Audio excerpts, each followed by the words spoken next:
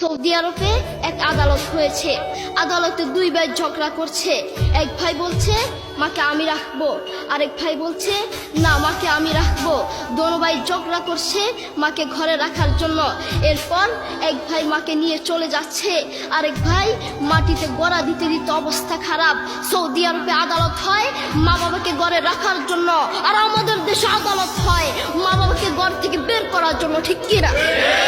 যুবক, তোমাকেই বলছি, তোমার বন্ধু তোমার আপন নয়, তোমার বউ তোমার আপন নয়, তোমার শ্বশুর শাশুড়ি তোমার আপন নয়।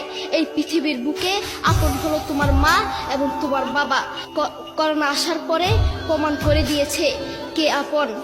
এক মেয়ে তার মাকে ফোন করে বলছে, মা আমার স্বামীর করোনা হয়েছে। মা বললেন সাবধান, তার কাছে যাবি না, আমি সকালে সিএনজি পাঠিয়ে দিব, তুই টপ করে সিএনজিতে উঠে যাবি। এটার নাম দুনিয়া, এটার নাম দুনিয়া।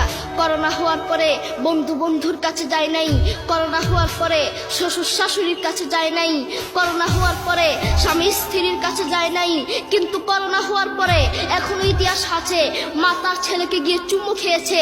করোনা হওয়ার পরে এখনো ইতিহাস আছে বাবা তার ছেলেকে কাঁধে নিয়ে হাসপাতালে গিয়েছে, ঠিক কিনা? যুবক, তুমি তোমার মাকে কিছু মনে করছো না। তোমার মাকে তুমি ঘর থেকে বের করছো। ছেলে বিদেশ থেকে এসেছে, এসে শ্বশুর বাড়িতে গিয়েছে, তারা তাকে উল্টা পাল্টা বুঝিয়েছে। এখন বাড়িতে এসে সে বলছে, মা তুমি আমার টাকায় খাও, আমার ঘরে থাকো, আবার আমার বউকে পিটাও। এই কথা শোনার পরে কি কোনো মার কলিজা আছে? মা বাথরুমে গিয়ে আধা ঘন্টা কাঁদতে লাগলেন, কেঁদে অজু করে নামাজে দাঁড়ালেন। নামাজ পড়ে আল্লাহর কাছে বলতে লাগলেন, আল্লাহ তুমি আমার মার উপর রাগ করিও না, আমার ছেলের উপর রাগ করিও না, ও ভুল করেছে, তুমি আমার ছেলের উপর রাগ করিও না, আমি আমার ছেলেকে বুঝাবো। এরপর মা গিয়ে ছেলেকে বুঝাচ্ছেন, বলছেন বাবা তুমি আমাকে বের করে দিবা, সমস্যা নেই, তুমি আমাকে বের করে দিও, কিন্তু আমার একটা স্বপ্ন আছে। ছেলে বললেন কি স্বপ্ন বলেন?